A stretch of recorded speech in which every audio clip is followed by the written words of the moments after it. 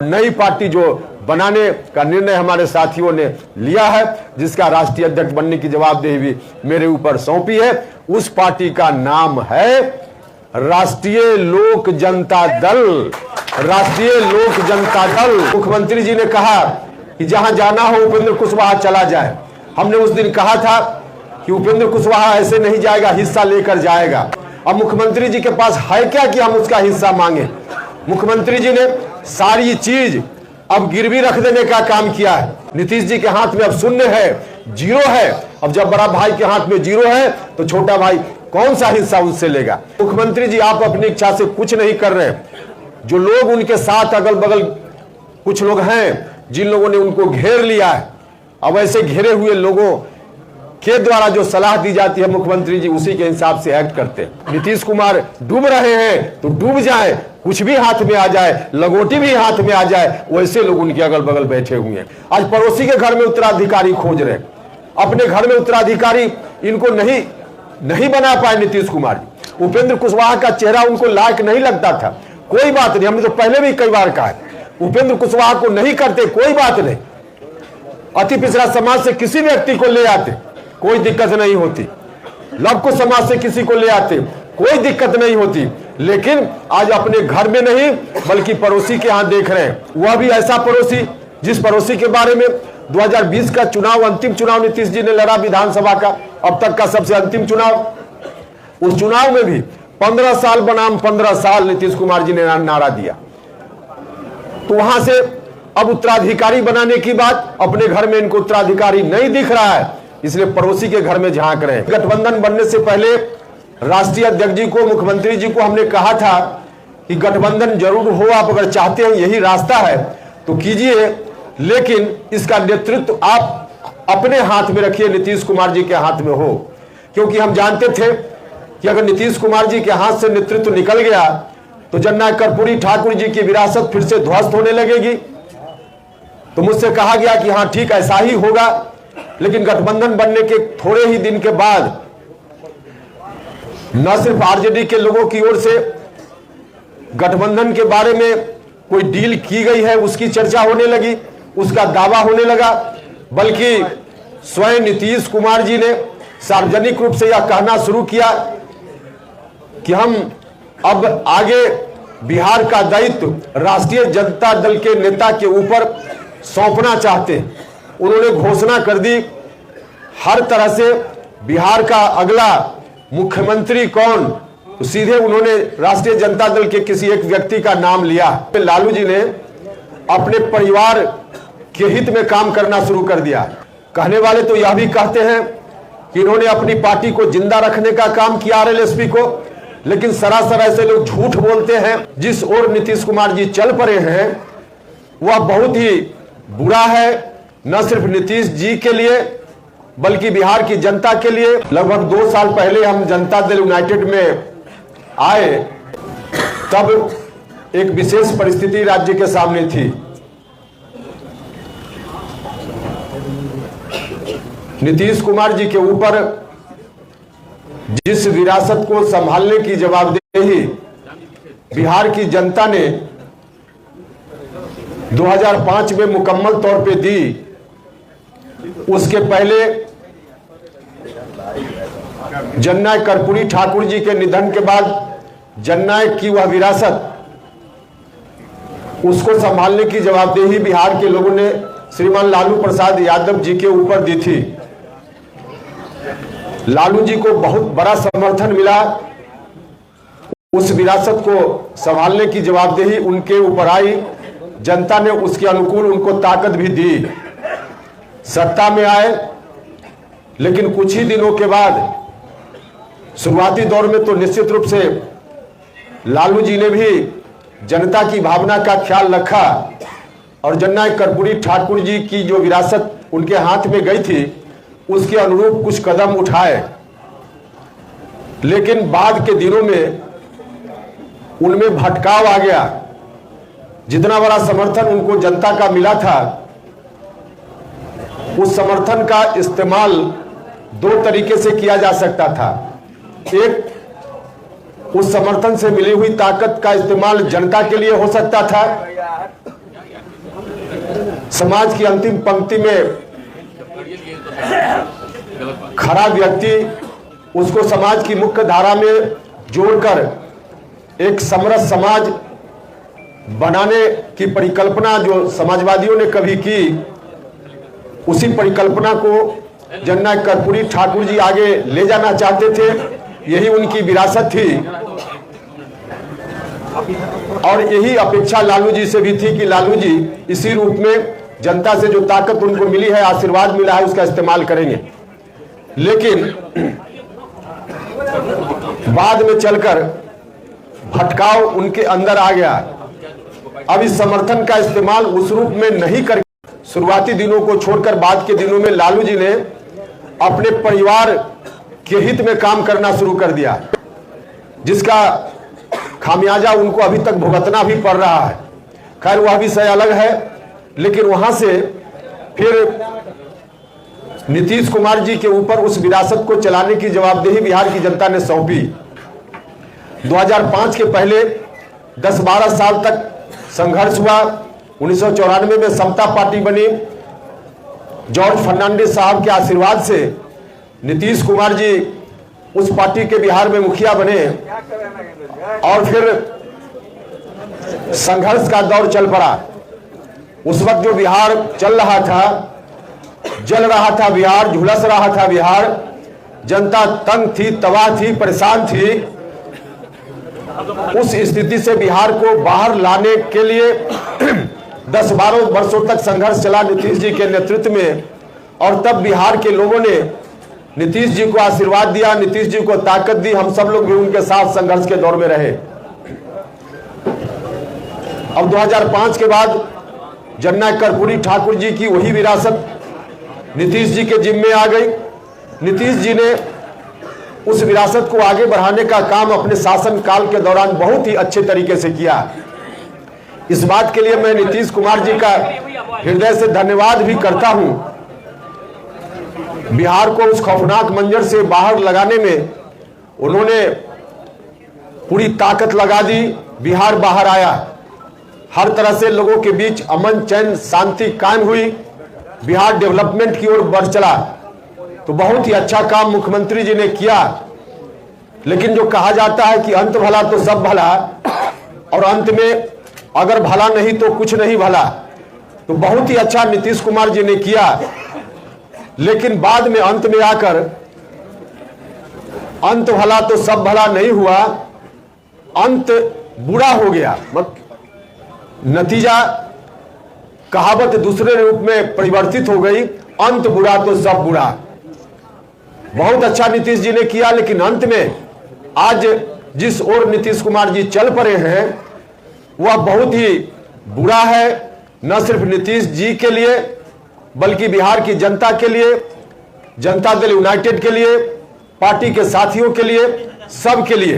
2020 में विधानसभा का जो चुनाव हुआ था, उस वक्त हम उनके साथ फिर से चुनाव के बाद उनके साथ आ गए, क्योंकि उस वक्त बिहार की जनता का जो आदेश मिला था नीतीश कुमार जी को और मुझको, उस आदेश को देखते हुए मुझको लगा कि हम लोग आपस में बटे रहेंगे तो फिर से बिहार में पुरानी स्थिति लौट सकती है।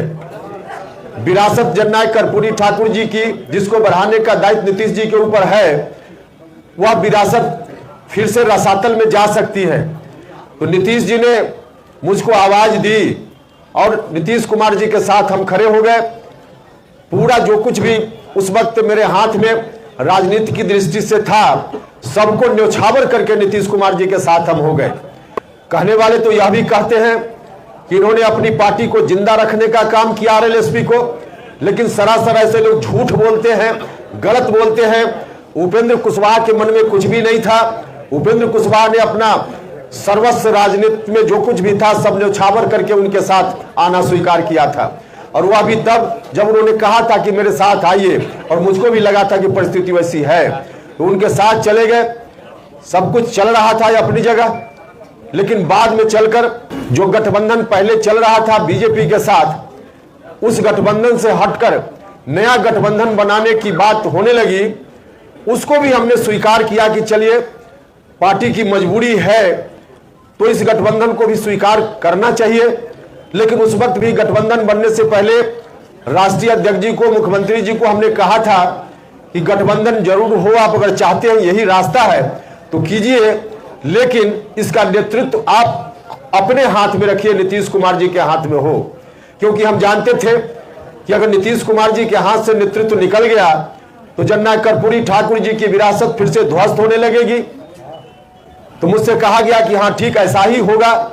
लेकिन गठबंधन बनने के थोड़े ही दिन के बाद न सिर्फ आरजेडी के लोगों की ओर से गठबंधन के बारे में कोई डील की गई है उसकी चर्चा होने लगी, उसका दावा होने लगा, बल्कि स्वयं नीतीश कुमार जी ने सार्वजनिक रूप से यह कहना शुरू किया कि हम अब आगे बिहार का दायित्व राष्ट्रीय जनता दल के नेता के ऊपर सौंपना चाहते हैं।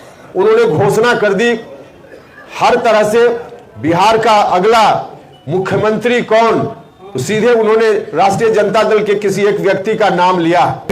जब ऐसी स्थिति आई तभी से लोगों के मन में चिंता की शुरुआत हुई, जिसकी चर्चा हमने की कि पार्टी के साथी, आम जनता, सब लोगों के मन में यह चिंता आ गई कि आखिर आगे क्या होगा बिहार का।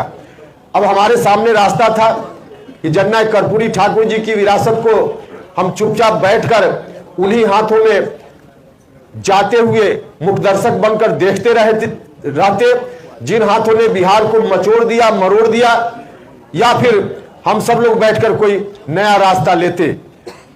यह हम सब लोगों के मन में चिंता थी। हमारे साथियों ने इस चिंता से अवगत कराया तो हम लोगों को भी लगा कि चाहे जिस तरह की परिस्थिति का सामना करना पड़े, अगर हम राजनीति में हैं, हम अपना राजनीतिक धर्म और कर्तव्य समझते हैं, तो फिर से हम लोगों को उठ खड़ा होना चाहिए और किसी भी हालत में जननायक कर्पूरी ठाकुर जी की विरासत को उन हाथों में नहीं जाने देना चाहिए जिन हाथों ने बिहार को मचोड़ने का काम किया, बिहार को मरोड़ने का काम किया। तो इसलिए जब बात होने लगी कि वहीं पर फिर से चली जाएगी सारी चीजें, तब मामला पार्टी के अंदर शुरू हुआ। प्रारंभ में मैंने पार्टी के शीर्ष नेतृत्व से, मुख्यमंत्री जी से आग्रह किया, उनसे मिलकर हमने बात की, उनसे कहा कि ऐसी स्थिति ठीक नहीं है। उदाहरण के रूप में हमने बताया कि महागठबंधन निर्माण के बाद जो उपचुनाव हुए बिहार में विधानसभा के, उन उपचुनावों का परिणाम बताता है कि हमारा जन आधार हमसे खिसकता जा रहा है, पार्टी धीरे धीरे बर्बादी की ओर चलते जा रही है। हमने कहा मुख्यमंत्री जी से, व्यक्तिगत रूप से भी मिलकर कहा, बाद में कहा गया कि मिलकर कहना चाहिए। मिलकर जितनी बात हमको कहनी चाहिए थी हमने तो पहले ही एक बार नहीं अनेक बार कही। व्यक्तिगत रूप से भी पार्टी के मंच पर भी हमने उठाया, विधायक दल की मीटिंग में भी हमने यह बात कही, पार्टी की बैठक में यह बात कही। तो हर तरफ से, हर तरह से इस बात को कहने के बाद मुझको लगा कि आखिर हो क्या रहा है, क्यों ऐसा हो रहा है। पार्टी बर्बाद होते जा रही, लगातार जनाधार खिसकता जा रहा है। और उस वक्त जब हमने इस तरह के सवाल को उठाना शुरू किया तो मुख्यमंत्री जी ने कहा कि जहां जाना हो उपेंद्र कुशवाहा चला जाए। हमने उस दिन कहा था कि उपेंद्र कुशवाहा ऐसे नहीं जाएगा, हिस्सा लेकर जाएगा, आप लोगों को याद होगा। लेकिन तब हम हिस्सा की बात करते थे, अब तो इस निष्कर्ष पर हम लोग पहुंचे हैं कि हिस्सा किस बात का मुख्यमंत्री जी से हम मांगे। अब मुख्यमंत्री जी के पास है क्या कि हम उसका हिस्सा मांगे। मुख्यमंत्री जी ने सारी चीज अब गिरवी रख देने का काम किया है। जो बाप दादे की संपत्ति, राजनीतिक संपत्ति, जिसकी बात हमने की थी कि हम उसमें हिस्सा चाहते हैं, अब हम आज महसूस कर रहे हैं कि हम हिस्सा जो मांग रहे हैं, अब नीतीश जी के हाथ में तो वह जायदाद, राजनीतिक जायदाद है ही नहीं। नीतीश जी ने गिरवी रख देने का काम किया, बंधक रख देने का काम किया, और बंधक उन हाथों में रखने का काम किया जिन हाथों ने किस तरह से बिहार को बर्बाद करने का काम किया। तो वहां बंधक ही जब पूरी जायदाद नीतीश जी ने रख दी तो हम हिस्सा कहां मांगे। नीतीश जी के हाथ में अब शून्य है, जीरो है। अब जब बड़ा भाई के हाथ में जीरो है तो छोटा भाई कौन सा हिस्सा उनसे लेगा।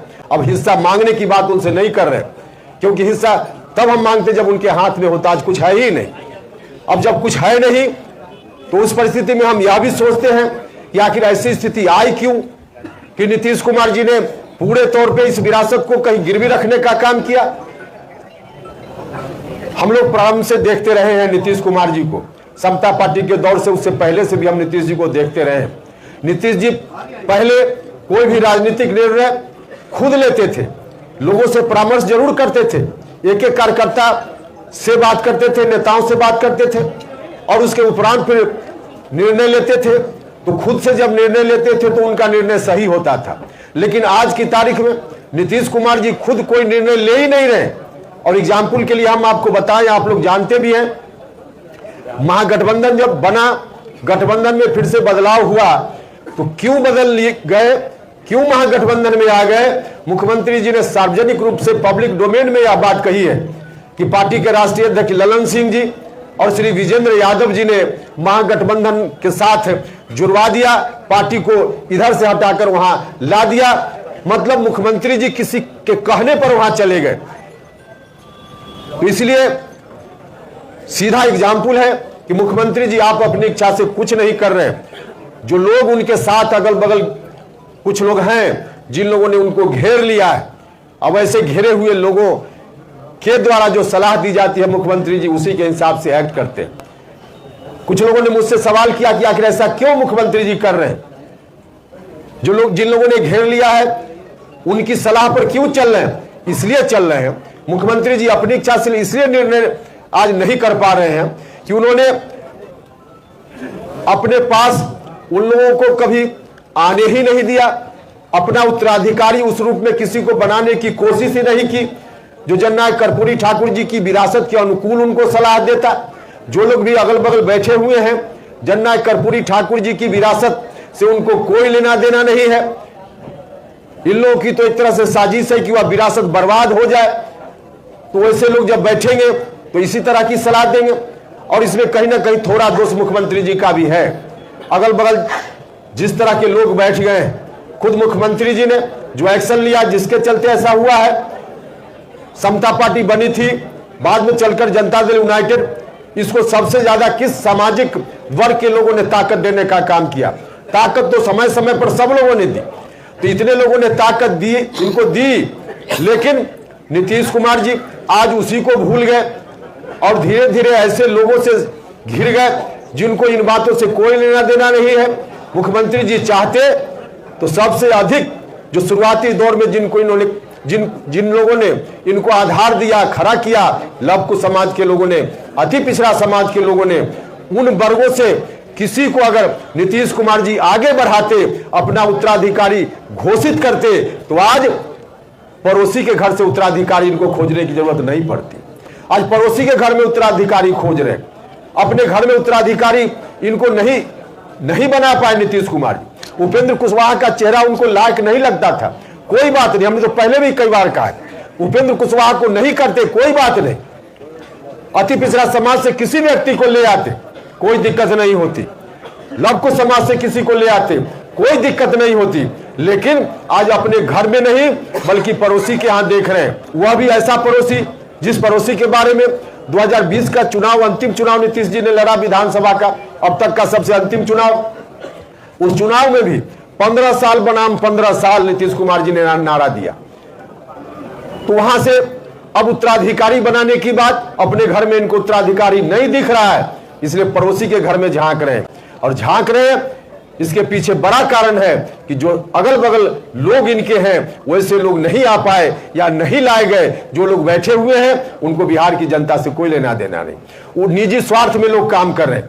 भागते भूत की लंगोटी सही, अब बर्बाद हो रहा है तो कुछ भी अपने हाथ में आ जाए, जनता दल यूनाइटेड समाप्त हो रहा है तो कुछ भी अपने हाथ में आ जाए। वही नीतीश कुमार डूब रहे हैं तो डूब जाए, कुछ भी हाथ में आ जाए, लंगोटी भी हाथ में आ जाए, वैसे लोग उनके अगल बगल बैठे हुए हैं। अब नीतीश कुमार जी जब यहां तक चले आए तो हम लोगों ने तय किया है कि इस विरासत को हम नहीं जाने देंगे, गिरवी नहीं होने देंगे, बंधक नहीं बनने देंगे। आज हमारी चिंता हिस्सेदारी की नहीं है, पूरी विरासत को बचाने की चिंता है। अब नया इंस्ट्रूमेंट चाहिए, नया इंस्ट्रूमेंट चाहिए, क्योंकि पूरी विरासत को अब आगे बढ़ाने की जवाबदेही अपने ऊपर लेनी है। तो पूरी एक नया हम लोगों को नया इंस्ट्रूमेंट चाहिए, अर्थात नई पार्टी चाहिए, नई पार्टी चाहिए। और इसलिए हमारे साथियों ने निर्णय लिया है नया दल बनाने का। हम सब लोग आगे बढ़ेंगे इस नए दल के साथ। इस नया दल का नाम क्या होगा वह भी अभी आपको हम बताएंगे। हमारे साथियों ने इस काम के लिए मुझको अधिकृत किया है। मुझको अभी जो फैसला हुआ वहां बैठक में साथियों ने प्रस्ताव लिया, सर्वसम्मति से प्रस्ताव पारित हुआ कि नया दल बनेगा।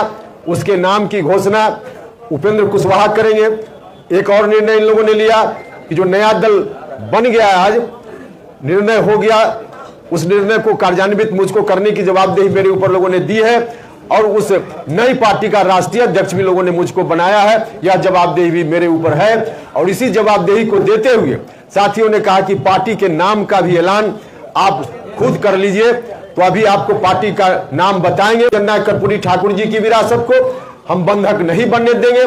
भले हमारे बड़े भाई ने बंधक बना दिया है, आरजेडी के साथ एग्रीमेंट कर लिया है, लेकिन उस एग्रीमेंट को हम जनता के बीच जाकर तोड़वाने का काम करेंगे। जनता से कहेंगे कि बड़े भाई ने गलत ढंग से पूरी जायदाद कहीं गिरवी रख दी, इसको जनता की अदालत में जाकर हम खारिज कराएंगे और पूरी विरासत को हम अपने हाथ में लेंगे, अपने हाथ में लेंगे। इसलिए आज हम हिस्सा की बात नहीं कर रहे हैं, हम तो मुकम्मल की बात कर रहे हैं। जो एग्रीमेंट इन लोगों ने किया है आरजेडी के साथ, उस एग्रीमेंट को खारिज कराकर करने का काम करेंगे। वह विरासत हम लोग के हाथ में आएगी तो और लोगों की तरह इस विरासत को हम कहीं गिरवी रखने का काम नहीं करेंगे। इस विरासत को हम अपने घर में कैद करने का काम नहीं करेंगे। इस विरासत को हम साझा करेंगे, समाज के सभी वर्ग के लोगों के बीच हम साझा करेंगे। जिनकी जितनी हिस्सेदारी होगी उतनी हिस्सेदारी हम उनको देने का काम करेंगे। लव कुश समाज हो, अति पिछड़ा समाज हो, दलित महादलित समाज हो, अल्पसंख्यक समाज के लोग हो या सवर्ण जात के भी जो सामाजिक न्याय पसंद लोग हैं, प्रगतिशील लोग हैं, उनको भी जितना हिस्सा, उनका भी जितना हिस्सा होगा उनको भी इस विरासत में हिस्सा देने का काम करेंगे, हिस्सा उनका भी सुनिश्चित करने का काम करेंगे। तो इसी रूप में आगे हमारी पार्टी चलेगी और पार्टी का क्या एजेंडा वगैरह होगा वह सब फिर बाद में बताएंगे। अभी आप जानना चाहिए कि पार्टी का नाम क्या होगा। हम थोड़ी चर्चा इस बात के लिए फिर से करेंगे कि जो लोग भी कह रहे थे कि आरएलएसपी को इन्होंने जिंदा रखा है, लोग झूठ बोल रहे थे, उपेंद्र कुशवाहा की छवि को बदनाम करने के लिए कर रहे थे। आरएलएसपी का मर्जर उसी वक्त हो गया और बजाबता हम लोगों ने उस वक्त बैठक करके प्रस्ताव लेकर के इलेक्शन कमीशन को सुपुर्द कर दिया। इसलिए आरएलएसपी नहीं है, हम तो सब छोड़ कर आए थे। हम नहीं जानते थे कि एक दिन ऐसा आवेगा कि इस विरासत को संभालने के लिए फिर से हमको कमान संभालने की जवाबदेही हमारे साथी मेरे ऊपर देंगे। लेकिन वह दिन आ गया तो फिर से नई पार्टी बनाने का काम हमको करना है और नई पार्टी जो बनाने का निर्णय हमारे साथियों ने लिया है, जिसका राष्ट्रीय अध्यक्ष बनने की जवाबदेही भी मेरे ऊपर सौंपी है, उस पार्टी का नाम है राष्ट्रीय लोक जनता दल। राष्ट्रीय लोक जनता दल, राष्ट्रीय लोक जनता दल, राष्ट्रीय लोक जनता दल, यही नई पार्टी है। राष्ट्रीय लोक जनता दल या जनता दल की पूरी विरासत को समेटकर आगे बढ़ने वाली पार्टी होगी। इस दृष्टि से हम सब लोग काम करेंगे। बहुत बहुत धन्यवाद।